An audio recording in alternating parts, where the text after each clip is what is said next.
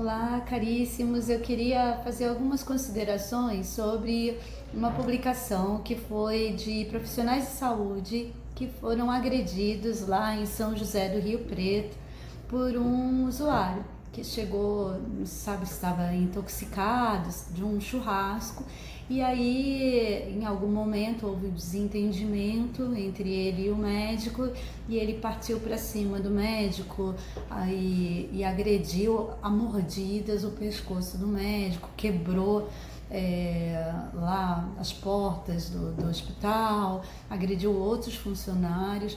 E aí uma grande questão que eu concordo, e eu conversei com vários colegas.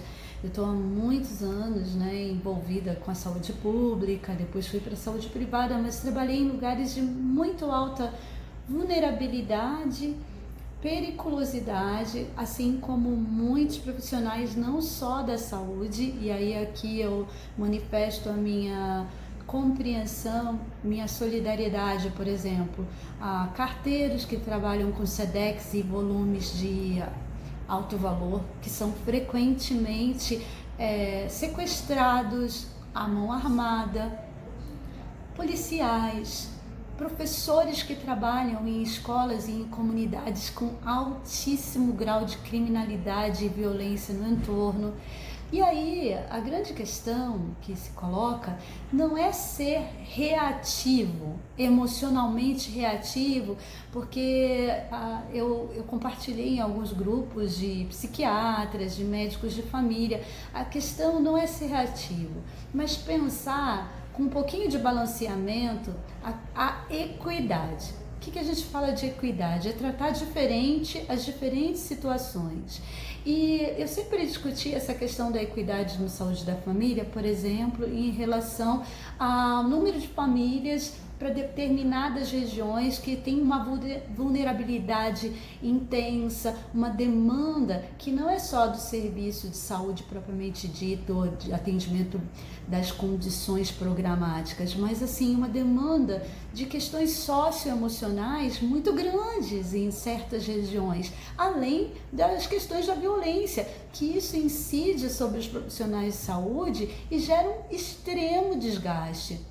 E essa questão frequentemente não é considerada.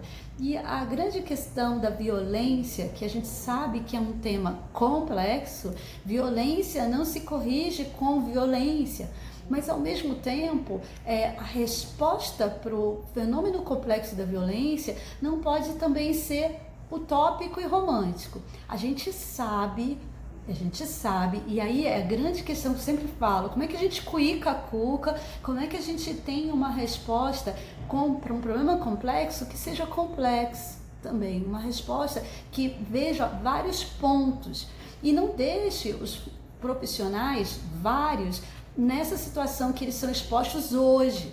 A gente sabe que as pessoas, a violência é um fenômeno que vem de uma série de pautas. Ausência de acesso à educação. Educação, não estou falando só educação formal, não. Educação formal, mas educação dos sentidos. Educação da formação do sujeito, das virtudes, dos valores, da família. E quando eu falo família, não é família no sentido moralista, papai, mamãe, sobrinho, titia. É família que seja continente, laço afetivo, laço de suporte, compreensão a cada sujeito. Então a gente tem uma série de pautas que se refletem na violência. Distrato em casa, distrato fora de casa, violência, assédio, drogadição, criminalidade, tudo isso vai virando uma panela de pressão que fermenta, e as pessoas vão ficando cada vez mais enfesadas, irritadas, agressivas, e o desrespeito do poder público por essas pessoas se manifesta em pessoas que vão para o serviço de saúde já com os nervos totalmente à flor da pele. Não justifica-se que agrida-se ninguém, a gente não justifica pode justificar a violência, a gente compreende, e isso exige dos profissionais de saúde muita habilidade de comunicação e de compreensão, de entender que muitas vezes o usuário, eu vou ter que ter uma clareza.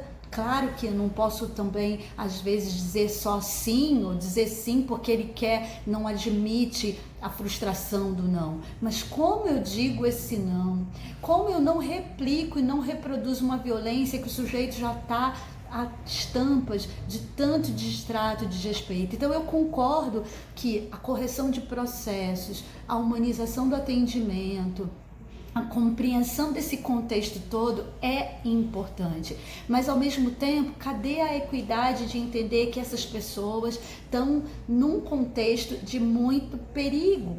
E aí, eu sou médica de família e sou psiquiatra, as últimas semanas tive tantos colegas, a gente sabe, por exemplo, psiquiatras são submetidos a muito mais situações de risco de heteroagressividade, por conta de pessoas que estão perturbadas emocionalmente, mentalmente, e aí não se tem salas ajustadas, adaptadas, com uma sala adequada para a pessoa ter um plano de fuga, não se tem uma equipe em que tem às vezes até homens, porque eu vou contar para vocês, não adianta a gente só ter um romantismo e entender assim, basta eu ter habilidade de comunicação, basta não reproduzir violência, tem também ter conhecimento para reconhecer situações de risco de heteroagressividade e muitas vezes você fugir, e muitas vezes sim, contenção. A gente tem um pudor e um romantismo de entender, tem pessoas, uma pessoa que está furiosa a ponto de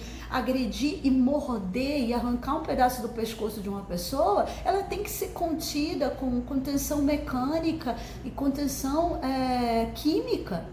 Então, toda uma resposta equilibrada, não emocional. Eu concordo que a gente não pode chegar e falar assim, eu vou combater a violência com violência, mas é fato, inclusive um colega meu estava falando de uma situação que ele estava numa clínica lá no interior do Paraná e que um homem entrou lá e ele só se conteve porque tinham outros dois usuários que eram muito parrudos, muito fortes e olharam com cara feia para ele, porque ele disse que iria quebrar tudo. Quando os caras se levantaram, ele se conteve. Infelizmente, o ser humano, ele muitas vezes se regula, sim, por mecanismos mais coercitivos. Tem pessoas que não adianta, a gente vai ter que pensar mecanismos de controle.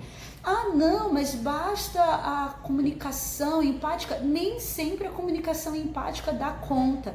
Então, como é que a gente vai ajustar todos os mecanismos para que para cada tipo de situação a gente tenha sensatez para saber como agir? Né? E não pensar numa solução única e utópica e nem numa solução reativa e violenta. Então era isso que eu queria dizer sobre essa situação que aconteceu lá em Araçatuba, né? E que impactou muito, impacta, e muitos colegas meus me falavam, mas como é que a gente lida com essa situação da violência? Então primeiro a gente tem que se cuidar, tem que ter uma visão equilibrada, tem que ter a habilidade, olhos de ver, ouvidos de ouvir, reconhecer situações de risco e sim, exigir que a gente tenha condições de trabalho, sim, de segurança, porque senão a gente fica só na utopia. Grande beijo e vamos ter saúde mental integral.